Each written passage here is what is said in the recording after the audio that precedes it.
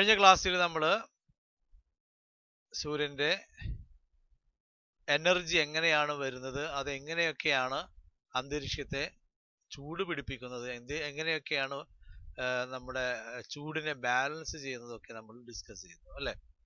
ഇന്ന് നമ്മൾ ഡിസ്കസ് ചെയ്യാൻ പോകുന്നത് ഈ ഹീറ്റ്, ഈ ചൂട് എന്ന് പറഞ്ഞ സാധനം എന്താണ്, ഈ ടെമ്പറേച്ചർ എന്ന് പറയുന്ന സാധനം എന്താണ് എന്നുള്ളതാണ് നമ്മൾ ഡിസ്കസ് ചെയ്യാൻ പോകുന്നത്.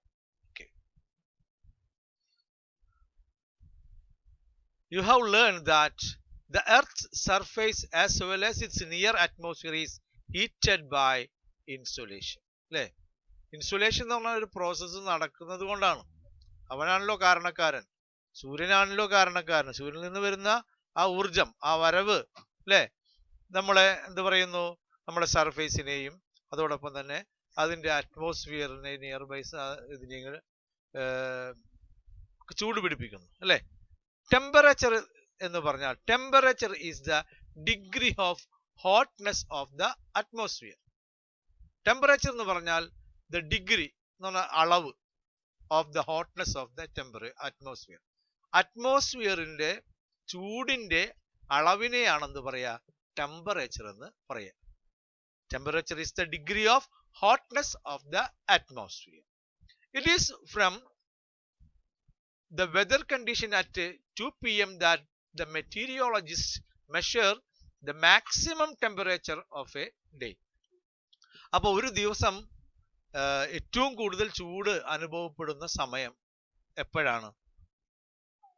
നമുക്ക് പല TV മാധ്യമങ്ങളിലും മറ്റും വാർത്തകൾക്ക് ശേഷം കാലാവസ്ഥാ റിപ്പോർട്ട് പറയാറുണ്ട്. അപ്പൊ പറയും കൂടിയ താപനില, കുറഞ്ഞ താപനില അല്ലേ.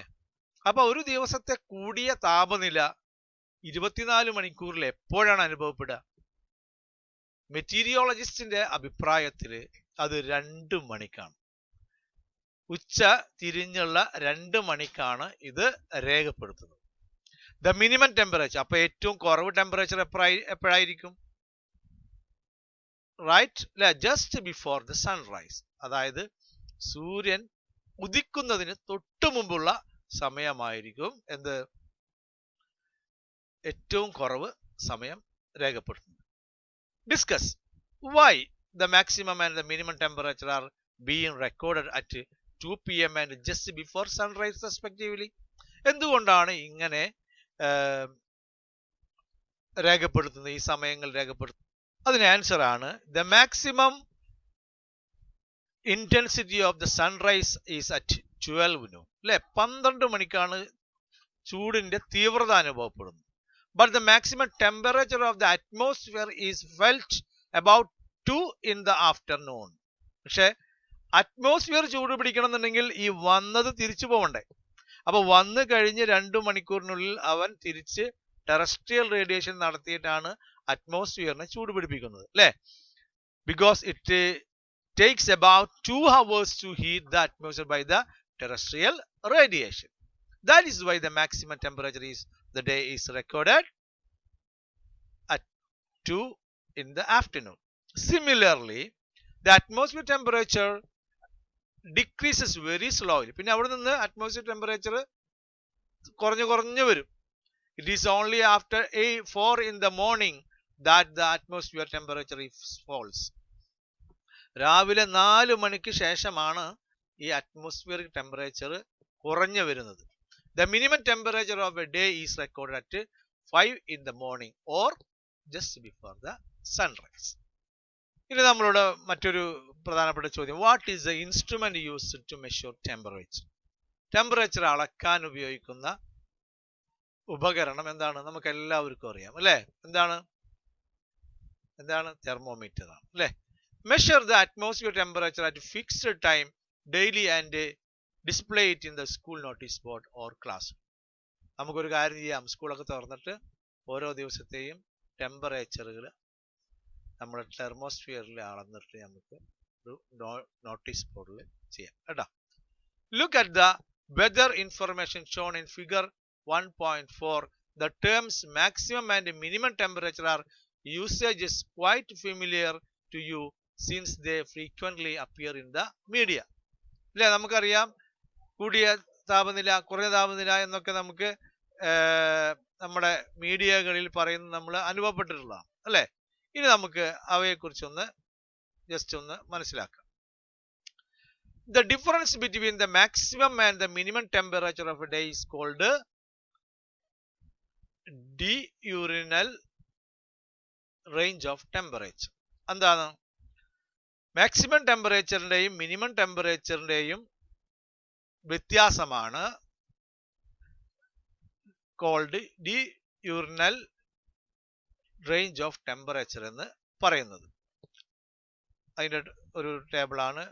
മാക്സിമം ടെമ്പറേച്ചർ എത്രയാണോ അതിൽ നിന്ന് മിനിമം ടെമ്പറേച്ചർ മൈനസ് ചെയ്ത് കഴിഞ്ഞാൽ ആ ദിവസത്തെ ദൈനംദിന താപനില നമുക്ക് മനസ്സിലാക്കാൻ പറ്റും ഇല്ലേ. ഇനി average temper of a day is termed daily mean temperature. അപ്പോൾ ഒരു ദിവസത്തെ ശരാശരി, അതായത് ഒരു ദിവസത്തെ ആവറേജ് ടെമ്പറേച്ചറിനെ നമ്മൾ അറിയപ്പെടുന്നത് ഡെയിലി മീൻ ടെമ്പറേച്ചർ എന്നാണ് പറയുന്നത്. ഡെയിലി മീൻ ടെമ്പറേച്ചർ കണ്ടെത്താൻ എങ്ങനെയാണ്? Maximum temperature of the day plus minimum temperature of the day divided by 2 ചെയ്താൽ നമുക്ക് എന്ത് ചെയ്യും?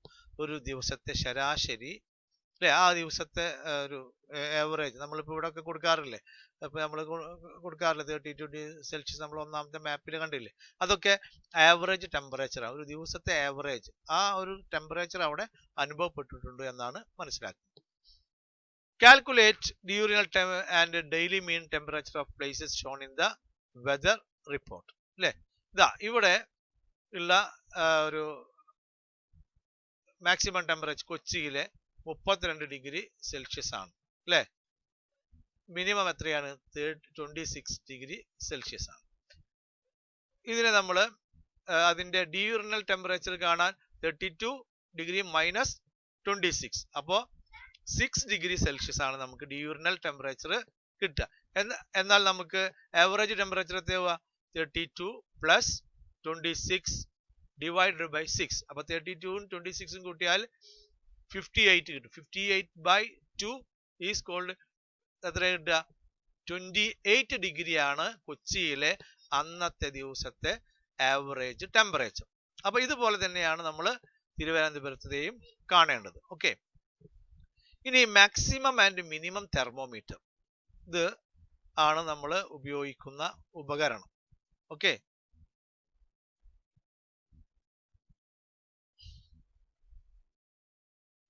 this is the instrument for measuring the maximum and minimum temperature in the day. Here the two thermometers are connected using a U-shaped glass tube. The mercury filled in the maximum thermometer expands with the rise in temperature and pushes up the metal indicator. ഇതെന്താന്ന് വെച്ച് കഴിഞ്ഞാൽ ഇപ്പൊ mercury ഉണ്ടാവും, mercury ഇവിടെ ഏതെങ്കിലും ഒരു ഭാഗത്തായിരിക്കും ഉണ്ടാവുക അല്ലെ. ഇപ്പൊ ചൂട് കൊണ്ടു കഴിഞ്ഞാൽ ഈ മെർക്കുറി എക്സ്പാൻഡ് ചെയ്തിട്ട് ഇങ്ങനെ മുകളിലേക്ക് പോകും. പിന്നെ മുകളിലേക്ക് പോയി കഴിഞ്ഞാൽ എവിടെയാണോ അത് മാക്സിമം നിൽക്കുന്നത് അവിടെ എത്തിക്കഴിഞ്ഞാൽ നമുക്ക് മനസ്സിലാക്കും ഇതിപ്പോ ഇവിടെ 50 ഡിഗ്രിയിലുള്ളത്. ഇവിടെ എത്തിക്കഴിഞ്ഞാൽ നമ്മൾ ഇവിടെ എത്തിക്കഴിഞ്ഞാൽ നമുക്ക് മനസ്സിലാക്കും ഇത്ര ടെമ്പറേച്ചർ ഫാരൻ ഹീറ്റിലാണത് പറയാ. Okay, the indicator remains at the position shown the maximum temperature of the day. Thus the maximum temperature can be read at any time during a day. അങ്ങനെ നമുക്ക് മാക്സിമം ടൈം എപ്പോൾ വേണമെങ്കിലും നമുക്ക് പരിശോധിക്കാം. The minimum thermometer has alcohol filled. ഇനി മറ്റൊന്നാണ് minimum thermometer. Thermometer has called filled above the indicator. The minimum thermometer has alcohol filled above the indicator. When the temperature falls, the indicator is pushed up as the alcohol contracts. Alcohol minimum temperature ആകുമ്പോൾ എന്തുണ്ടാവും വെച്ച് കഴിഞ്ഞാൽ alcohol കട്ട പിടിക്കും. അപ്പൊ അതിന്റെ ഒരു minimum സൈസിൽ നമുക്ക് കാണാൻ വേണ്ടി പറ്റും. കണ്ട, ഇതാണ് മിനിമം ടെമ്പറേച്ചർ, മാക്സിമം ടെമ്പറേച്ചർ.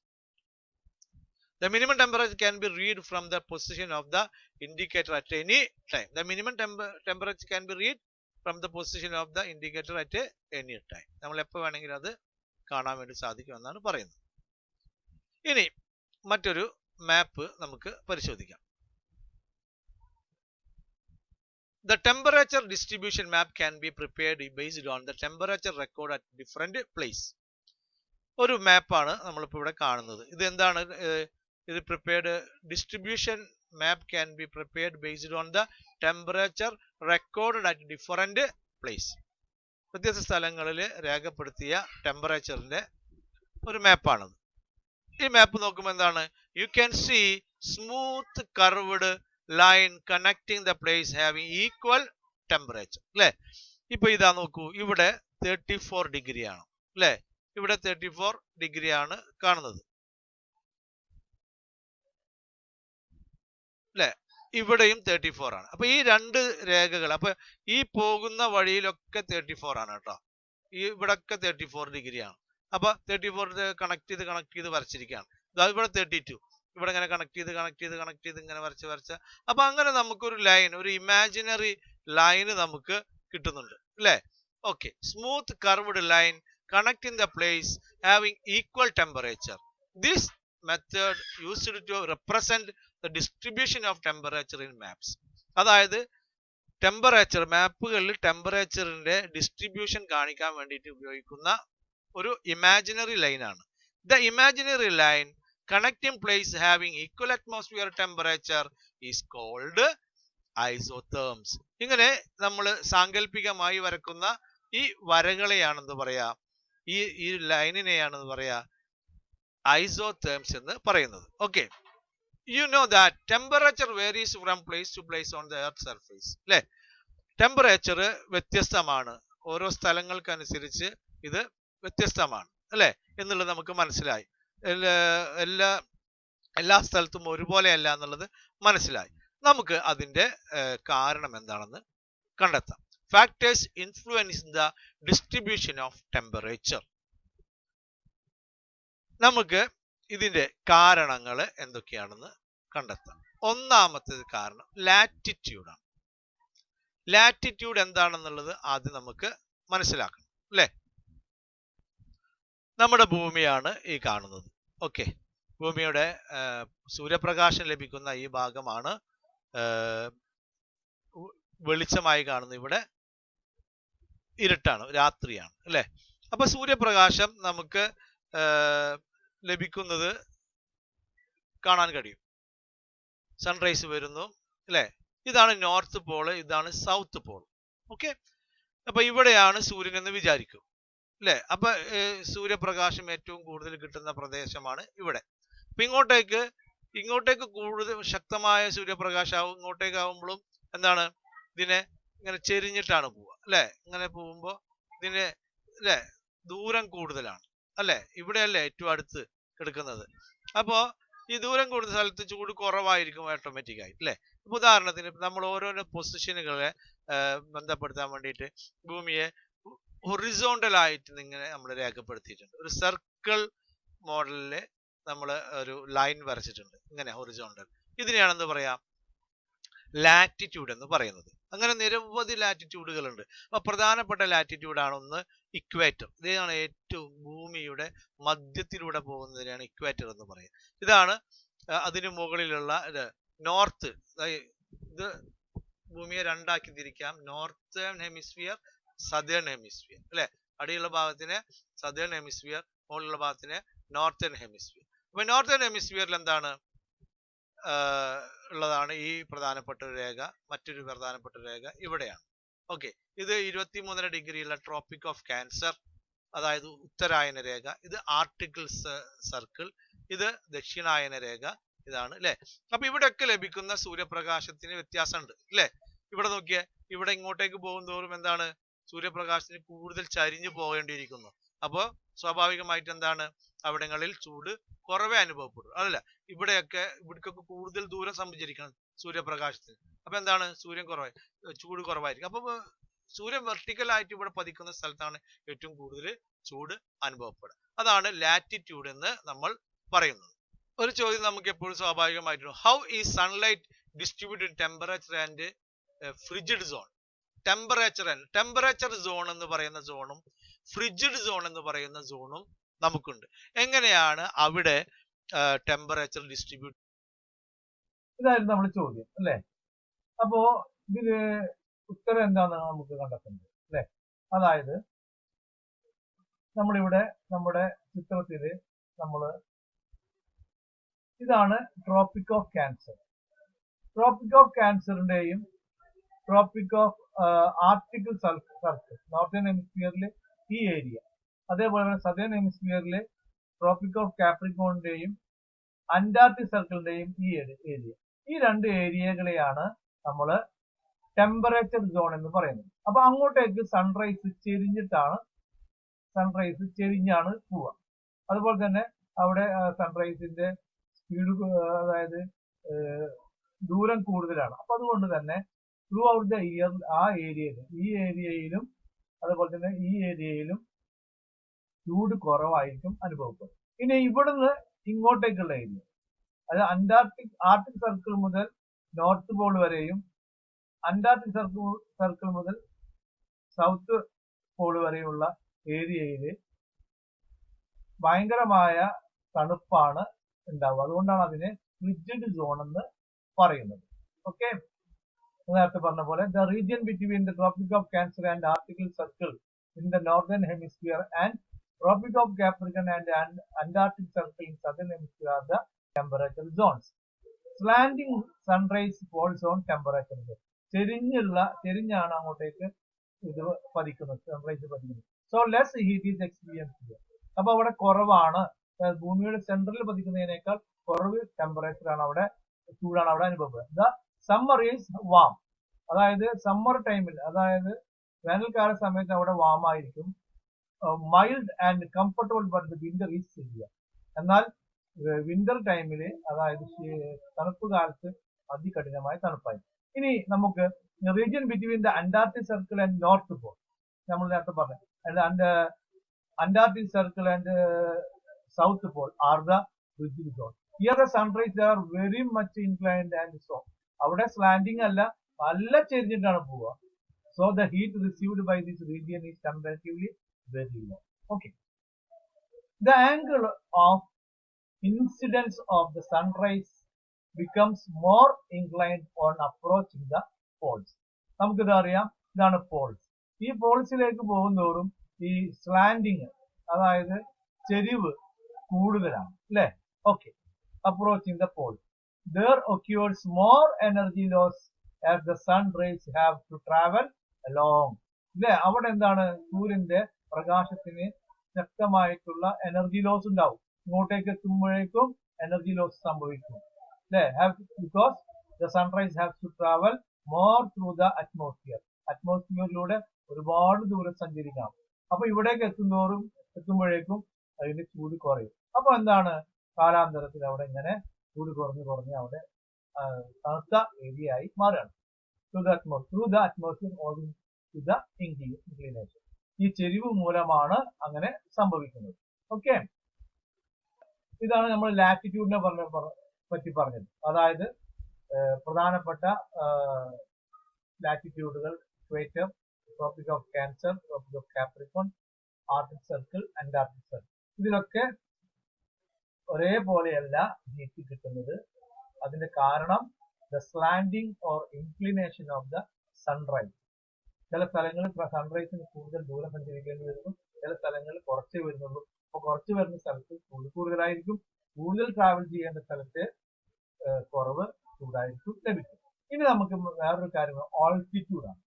അതായത് നമ്മൾ ചില പ്രദേശങ്ങളിൽ ഉയരം കൂടിയ സ്ഥലങ്ങളുണ്ട്, ഉയരം കുറഞ്ഞ സ്ഥലങ്ങളുണ്ട്. അതായത് ഏറ്റവും ഉയരം കുറഞ്ഞ സ്ഥലം എന്ന് പറഞ്ഞു കഴിഞ്ഞാൽ സമുദ്രനിരപ്പിനോട് ചേർന്ന്, നമ്മൾ കടൽ തീരല്ലേ, കടപ്പുറമൊക്കെ, ഈ കടപ്പുറം ഭാഗങ്ങളാണ് ഏറ്റവും താഴ്ന്ന സ്ഥലങ്ങൾ. പിന്നെ ഉയർന്ന സ്ഥലം എന്ന് ഉദാഹരണം പറയാൻ എവറസ്റ്റ് കൊടുക്കുന്നത്, അതൊക്കെയാണ് നമ്മള് ഉയർന്ന സ്ഥലം അല്ലെ. അപ്പൊ നമ്മുടെ പ്രധാനമായിട്ട് നമുക്ക് ചോദ്യം വരാം, ഈ ഉയർന്ന സ്ഥലത്തല്ലേ കൂടുതൽ സൂര്യനെ ഏറ്റവും ആദ്യം എത്തുക, സൂര്യപ്രകാശം വെച്ച് തട്ട് അവിടെ അല്ലേ. അപ്പൊ അവിടെ അല്ലേ കൂടുതൽ ചൂട് ലഭിക്കുന്നതിന്റെ സംശയം നമുക്കുണ്ടാവും. കാരണം കുറെ മുകളിലല്ലേ നിൽക്കുന്നത്. എന്നാൽ എന്താണ് സംഭവിക്കുന്നത് നോക്കാം. You have studied that the temperature in the troposphere decreases at the rate of 1% per 165 meter of altitude. നമ്മൾ കഴിഞ്ഞ വർഷം പഠിച്ചിട്ടുണ്ട്, ട്രോപ്പോസ്ഫിയർ എന്ന് പറയുന്ന ഒരു അന്തരീക്ഷത്തിന്റെ ഏറ്റവും താഴ്ന്നു കിടക്കുന്ന ഭാഗം. അതില് ഓരോ 165 മീറ്റർ മുകളിലേക്ക് പോകുന്തോറും ടെമ്പറേച്ചർ കുറഞ്ഞു വരുന്നതാണ്. അപ്പൊ അന്തരീക്ഷത്തിന്റെ ടെമ്പറേച്ചർ എന്തുകൊണ്ടാണ് അങ്ങനെ മുകളിലേക്ക് പോകുന്തോറും കുറയുന്നത്? ചൂടല്ലേ വേണ്ടെന്നുള്ള സംശയം നമുക്കുണ്ടാവും. കാരണം എന്താ? അന്തരീക്ഷം ചൂട് പിടിക്കാൻ കാരണം ടെറസ്ട്രിയൽ റേഡിയേഷൻ ആണ്, അല്ലെ? അപ്പോൾ ടെറസ്ട്രിയൽ റേഡിയേഷൻ ഏറ്റവും കൂടുതൽ അനുഭവപ്പെടുക സർഫേസിനോട് ചേർന്ന ഭാഗത്താണ്. കാരണം ഈ ടെറസ്ട്രിയൽ റേഡിയേഷൻ മുകളിലേക്ക് പോകും തോറും അതിന്റെ ശക്തി കുറഞ്ഞു വരും. അപ്പോ ഈ ടെറസ്ട്രിയൽ റേഡിയേഷൻ ആദ്യം 165 മീറ്ററിൽ 37 ഡിഗ്രി ആണെങ്കിൽ അവിടുന്ന് ഒരു 1.5 മീറ്റർ മുകളിലേക്ക് വീണ്ടും പോകുമ്പോൾ 1 ഡിഗ്രി കുറഞ്ഞ് അങ്ങനെ എവറസ്റ്റ് കൊടുമുടിയുടെ ഉന്നതിയിലൊക്കെ എത്തുമ്പോൾ അവിടെ തണുപ്പേ ഉണ്ടാവില്ല, -ഡിഗ്രി ആയിട്ട് മാറും. Okay, what is the process called? ഈ പ്രോസസ്സിനെ എന്താണ് നമ്മൾ വിളിക്കുന്നത്? ഇതിനെ നമ്മൾ നോർമൽ ലാപ്സ് റേറ്റ് ആണെന്ന് പറയുന്നത്. അതായത് മുകളിലേക്ക് പോകുന്തോറുമുള്ള ഈ ചൂടിന്റെ ഈ കുറവിനെയാണ് നോർമൽ ലാപ്സ് റേറ്റ് എന്ന് പറയുന്നത്. ഇനി നോക്കൂ, the temperature is comparatively low at places situated much above the sea level. നോക്കൂ, നേരത്തെ മാഷ് പറഞ്ഞ പോലെ temperature is comparatively low. Temperature കുറവാണ്, താരതമ്യേന കുറവാണ്. എവിടെ? At the place situated much above the sea level. Sea ലെവലിൽ നിന്ന് ഉയർന്ന പ്രദേശങ്ങളിൽ, അല്ലെ, ഉയർന്ന പ്രദേശങ്ങളിൽ ഈ നിൽക്കുന്ന ആളിലാണ് ഇവിടത്തേക്കാൾ കുറവ് ചൂടാണ് ഇവിടെ അനുഭവപ്പെടുന്നത്, അല്ലെ? എന്തുകൊണ്ടായിരിക്കാം എന്നുള്ളതാണ് മാഷ് നേരത്തെ പറഞ്ഞത്. Calculate the approximate temperature at the place marked A in the diagram. Assuming the sea level temperature as 30 degree. ഇവിടെ 30 ഡിഗ്രി ആണ് എന്ന് വിചാരിക്കുക. അങ്ങനെയാണെങ്കിൽ ഇവിടെ എത്തുമ്പോൾ എത്ര ഡിഗ്രി ആയിരിക്കും? നമ്മൾ ഒരു ഇക്വേഷൻ പഠിച്ചിട്ടുണ്ട്. നോർമൽ ലാപ്സ് റേറ്റ് പ്രകാരം ഓരോ 165 മീറ്റർ മുകളിലോട്ട് പോകുന്തോറും ഓരോ ഡിഗ്രി വെച്ച് കുറയും, അല്ലെ? അപ്പോ ഈ എ നിൽക്കുന്നത് 1650 മീറ്ററിലാണ്. അതായത് 165ന്റെ 10 ഇരട്ടി. അപ്പൊ ഇവിടെ 30 ആണെങ്കിൽ ഇവിടേക്ക് എത്തുന്തോറും 10 ഇരട്ടി കുറഞ്ഞു. അപ്പൊ 10 ഇരട്ടി കുറയാന്ന് പറയുന്നത് 30 ആണെങ്കിൽ ഇവിടെ എത്തുമ്പോൾ 20 ഡിഗ്രി സെൽഷ്യസ് ആയിരുന്നു. മനസ്സിലാകുന്നുണ്ട്? The temperature experienced in place like Idukki and Wayanad is lower than that of the neighboring district Ernakulam and Kozhikode respectively. മറ്റൊരു ചോദ്യമാണ്, ഇടുക്കിയിലും വയനാട്ടിലും എറണാകുളത്തും കോഴിക്കോടും അനുഭവപ്പെടുന്നതിനേക്കാൾ കൂടുതൽ തണുപ്പാണ് അല്ലെങ്കിൽ കുറഞ്ഞ ചൂടാണ് അവിടെ അനുഭവപ്പെടുന്നത്. എന്തുകൊണ്ടായിരിക്കാം എന്നാണ് ചോദ്യം. അത് നമുക്ക് ഉത്തരം കണ്ടെത്താം. Idukki and Wayanad are located in the western ghat. അതായത് പശ്ചിമഘട്ട മലനിരകളിലാണ് ഇടുക്കിയും, അതായത് മുകൾ പ്രദേശങ്ങളിലാണ്. Temperature decrease with height. അപ്പൊ കോഴിക്കോട് നിന്നും വയനാട്ടിലേക്ക് പോകുന്തോറും ഉയരം കൂടുന്നു. അപ്പൊ നമുക്ക് പഠിച്ചത് എന്താണ്? ഉയരം കൂടുന്തോറും ഓരോ ഡിഗ്രി വെച്ചിട്ട് കുറഞ്ഞു വരുന്നു എന്നതാണ്. As these regions have high altitude, ഈ സ്ഥലങ്ങൾ ഉയരത്തിലായതുകൊണ്ട് temperature there is very low. അതുകൊണ്ടാണ് ഉയരം കൂടുതൽ ആയതുകൊണ്ടാണ് അവിടെ ടെമ്പറേച്ചർ കുറഞ്ഞത്. Ernakulam and Kochi are located in low altitude. എറണാകുളവും കോഴിക്കോടും അല്ലെങ്കിൽ കൊച്ചിയും ഒക്കെ താഴ്ന്ന പ്രദേശത്താണ് സിറ്റുവേറ്റ് ചെയ്യുന്നത്. So these experience more temperature. അതുകൊണ്ട് എറണാകുളത്തും കോഴിക്കോടും കൂടുതൽ ടെമ്പറേച്ചർ അനുഭവപ്പെടും. അപ്പൊ നമ്മള് നേരത്തെ ലാറ്റിറ്റ്യൂഡ് ഒരു പ്രധാനപ്പെട്ട ഘടകമാണ്, അതുപോലെ തന്നെ ഓൾട്ടിറ്റ്യൂഡ് ഒരു ഘടകമാണെന്ന് പറഞ്ഞു. ഇനി നിയർനെസ് ഓഫ് ഓഷ്യൻ, അതായത് സമുദ്രത്തോട് ചേർന്ന് കിടക്കുന്ന ഭാഗങ്ങൾ, അവിടെ എന്താണ് അനുഭവപ്പെടുന്നത്? നമുക്ക് എല്ലാവർക്കും അറിയാം, സമുദ്രത്തിനോട് കടപ്പുറത്തൊക്കെ പോയിട്ട് അനുഭവമുള്ള ആൾക്കാർക്ക് നമുക്കറിയാം കമ്പാരിറ്റീവ്ലി ലോ ടെമ്പറേച്ചർ ആണെന്ന് നമുക്ക് എല്ലാവർക്കും അറിയാം, അല്ലെ? എന്തുകൊണ്ടായിരിക്കാം അങ്ങനെ അനുഭവപ്പെടുന്നത്? ബിക്കോസ് ഓഫ് ദ വാട്ടർ, അല്ലെ? വെള്ളത്തിന്റെ അംശം അടുത്തുള്ളത് കൊണ്ടായിരിക്കാം, അല്ലെ? നോക്കൂ, examine the table showing the temperature data of some cities in India. ഇന്ത്യയിലെ ചില സ്ഥലങ്ങളിലെ ടെമ്പറേച്ചർ ആണ് പറയുന്നത്. തിരുവനന്തപുരം 33 ഡിഗ്രി ആണെങ്കിൽ, അല്ലെ, കൂടിയത് 33 ആണെങ്കിൽ കുറഞ്ഞത് 28 ആണ്. റേഞ്ച് ഓഫ് ടെമ്പറേച്ചർ എത്ര 5 ഡിഗ്രി ആവുന്നുള്ളൂ. ചെറിയ ഇതാണ്, മാക്സിമം ഇത്ര 5 എന്നാൽ ബാംഗ്ലൂരിലാ കുറഞ്ഞത്, കൂടിയത് 35 ആണെങ്കിൽ കുറഞ്ഞത് 23 ഡിഗ്രിയാണ്. അതായത് 12 ഡിഗ്രിയുടെ വ്യത്യാസം. ഡൽഹിയിലാകുമ്പോഴൊക്കെ 38 ഡിഗ്രിയാണ് കൂടിയത്. അപ്പൊ ചൂട് കൂടുതൽ ഉണ്ടാവുമ്പോ ഭയങ്കര ചൂടാണ്. രാത്രി ആവുമ്പോഴാ 21 ഡിഗ്രി സെൽഷ്യസ് ആണ്, കുറയാണ്. അവിടെ ഡിയൂറിനൽ റേഞ്ച് ഓഫ് ടെമ്പറേച്ചർ എത്ര 17 ഡിഗ്രിയാണ്. ഇനി ഗോവയിൽ എത്തുമ്പോഴാ 33 ഡിഗ്രിയാണ്, കുറഞ്ഞത് 27ആണ്, 6 ഡിഗ്രി. അപ്പൊ ഈ ഗോവയും കേരളത്തിലും റേഞ്ച് ഓഫ് ടെമ്പറേച്ചർ എത്രയാണ് 6ആണ്. എന്നാൽ ബാംഗ്ലൂരും ഡൽഹിയോ ഭയങ്കര വ്യത്യാസമുണ്ട്. എന്തുകൊണ്ടാണ് ഇങ്ങനെ വന്നത്? തിരുവനന്തപുരവും ഗോവയും സമുദ്രത്തിനോട് അടുത്താണ് കിടക്കുന്നത്, അല്ലെ? എന്നാൽ ബാംഗ്ലൂരും ഡൽഹിയും കിടക്കുന്നത് ഉൾപ്രദേശങ്ങളിലാണ്, സമുദ്രത്തിൽ നിന്ന് ദൂരെയാണ് നിലനിൽക്കുന്നത്. Find the location given cities with the help of an atlas. The diurnal range of temperature is very high for Delhi and Bangalore, whereas it is very low for Tirunelveli and Goa. It can be inferred that the range of temperature will be high at the place away from the sea and vice versa. ഇത് മനസ്സിലാക്കുന്നത് എന്താണ്? സൂര്യനിൽ നിന്ന്, അതായത് സമുദ്രനിരപ്പിന് അടുത്ത് കിടക്കുന്ന സ്ഥലങ്ങളിൽ temperature കുറവും അകന്നു കിടക്കുന്ന സ്ഥലങ്ങൾ range of temperature കൂടുതലുമാണ്.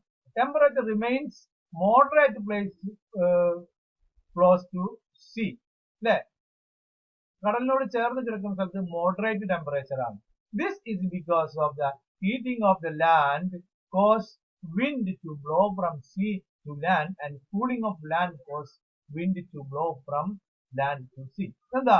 This is because of heating of land causes wind to, അതായത് കര ചൂട് പിടിക്കുമ്പോൾ സമുദ്രത്തിൽ നിന്നുള്ള കാറ്റ് അതിനെ തണുപ്പിക്കുന്നു. അതുപോലെ തന്നെ കടൽ ചൂട് പിടിക്കുമ്പോൾ കടലിൽ നിന്നുള്ള കാറ്റ് കടലിനെയും തണുപ്പിക്കുന്നു. അങ്ങനെ ഈ ഒരു പ്രോസസ് ഇവർ തമ്മിൽ നടക്കുന്നത് കൊണ്ടാണ് ഇവിടെ മൈൽഡ് ടെമ്പറേച്ചർ അനുഭവപ്പെടുന്നത്.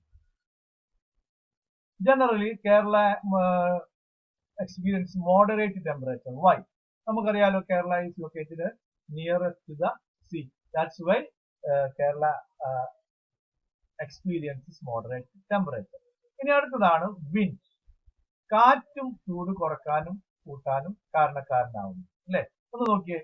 Hot wind in Delhi, many sunburn. Palakkad burn. Hot wind from Tamil Nadu.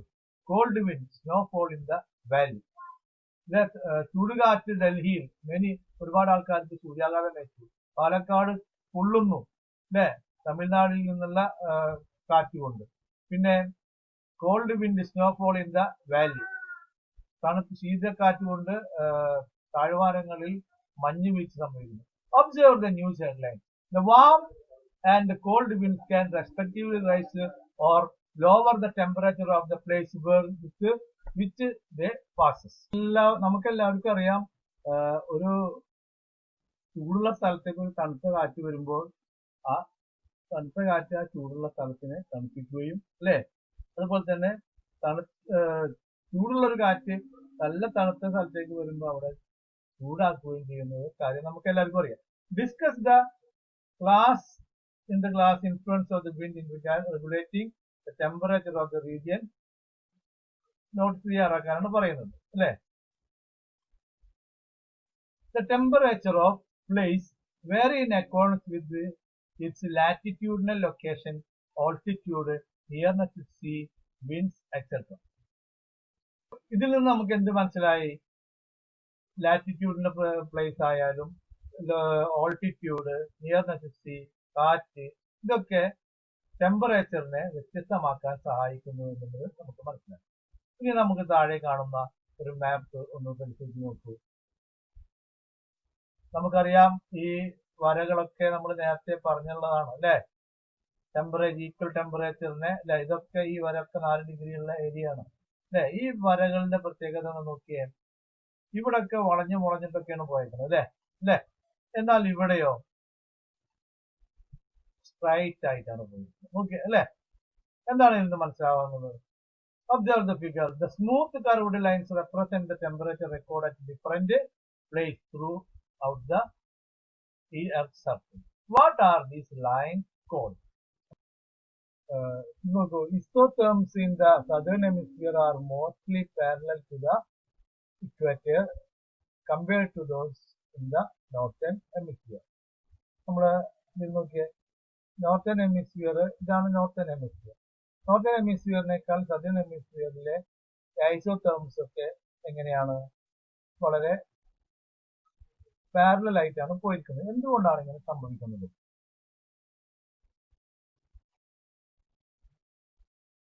എന്താണ് സംഭവിക്കാൻ കാരണം? ഐസോതേർംസ് അല്ലെ, during the summer high temperature prevails over the land compared to the sea, and during winter the condition is reversed. The bending of isotherms is due to the differential heating of land and water. നമുക്കറിയാം, ഈ northern ഹെമിസ്ഫിയറിൽ കാണുന്ന കൂടുതൽ land area ഉണ്ട്. Land area എത്തുമ്പോൾ ടെമ്പറേച്ചറിന് variation ഉണ്ടാവും. സീയിൽ വരുമ്പോൾ അത് parallel ആയിരിക്കും. വീണ്ടും ലാൻഡിൽ വരുമ്പോൾ പല സ്ഥലങ്ങളനുസരിച്ച് ഉയരം കൂടുതലും കുറവുള്ള സ്ഥലങ്ങളനുസരിച്ച് അതെന്തായിരിക്കും? വ്യത്യാസമുണ്ടാവും. അതുകൊണ്ടാണ് നമുക്ക് ഇങ്ങനെ സമുദ്രം ഈ തണുപ്പ് ഏരിയയിൽ കൂടുതലും പാരലൽ ആയിട്ട് നമുക്ക് അനുഭവപ്പെടുന്നു. In weather maps for summer and winter season the isotherms behave differently. അല്ലെ, ഇനി weather maps for summer and winter, വിന്ററിലും സമ്മറിലും വെദർ മാപ്പ് നോക്കുമ്പോൾ ഐസോതേർംസ് ഡിഫറെന്റ് ആയിട്ട് തോന്നുന്നു. എന്തുകൊണ്ടായിരിക്കാം അങ്ങനെ സംഭവിച്ചത്? It is the fluctuation in the atmosphere temperature that leads to the atmospheric phenomena like pressure variation, wind, cloud and precipitation. ഇത് എന്തുകൊണ്ടാണ്? ഫ്ലക്ച്വേഷൻ എന്ന് പറഞ്ഞാൽ ഏറ്റക്കുറച്ചിലുകൾ in the atmosphere temperature. Atmosphere ടെമ്പറേച്ചറിലെ ഈ ഏറ്റക്കുറച്ചിലുകൾ leads to the atmospheric phenomena like pressure variation, wind, cloud and precipitation. നമ്മൾ അറ്റ്മോസ്ഫിയറിൽ കാണുന്ന മർദ്ദ വ്യത്യാസങ്ങൾ, കാറ്റ്, ക്ലൗഡ് ഉണ്ടാവുന്നതിന്, അതുപോലെ തന്നെ പ്രിസിപ്പിറ്റേഷൻ, ഘനീകരണം, ഈ ഏറ്റക്കുറച്ചിൽ ഇത്തരം സാധനങ്ങൾക്കൊക്കെ നിർമ്മിക്കാൻ കാരണമാവുന്നു. അല്ലെ, പ്രഷർ ചൂട് കൂടുമ്പോൾ കുറയുമ്പോഴും പ്രഷർ വേരിയേഷൻ ഉണ്ടാകാം. ചൂട് കൂടുമ്പോഴും കുറയുന്നതിനനുസരിച്ച് കാറ്റ് ഉണ്ടാവാം, ക്ലൗഡ് ഫോം ചെയ്യാം, precipitation ഉണ്ടാവാൻ സാധ്യതയുണ്ട്. Water content in the atmosphere significant influence in the atmosphere phenomena. Water content ആണ് മറ്റൊരു പ്രതിഭാസം. എന്ത്? Atmosphere significant influence atmosphere phenomena. നമ്മൾ അന്തരീക്ഷത്തെ നിർണായകമായ മാറ്റം വരുത്താൻ സ്വാധീനിക്കുന്ന മറ്റൊരു ഘടകമാണ് water content. What is the role of temperature in bringing water content to the atmosphere? ടെമ്പറേച്ചറിന് വല്ല റോളും ഉണ്ടോ അറ്റ്മോസ്ഫിയറിലേക്ക് വാട്ടർ കണ്ടന്റ് എത്തിക്കാൻ? നമ്മൾ മുൻപ് കാലങ്ങളിൽ പഠിച്ചിട്ടുണ്ട്. ഇവാപ്പറേഷൻ എന്ന് പറയുന്ന ഒരു പ്രക്രിയ. ഇവാപ്പറേഷൻ എന്ന് പറഞ്ഞു കഴിഞ്ഞാൽ വെള്ളം ചൂടാകുമ്പോൾ അത് നീരാവിയായി അന്തരീക്ഷത്തിലേക്ക് എത്തുന്നു.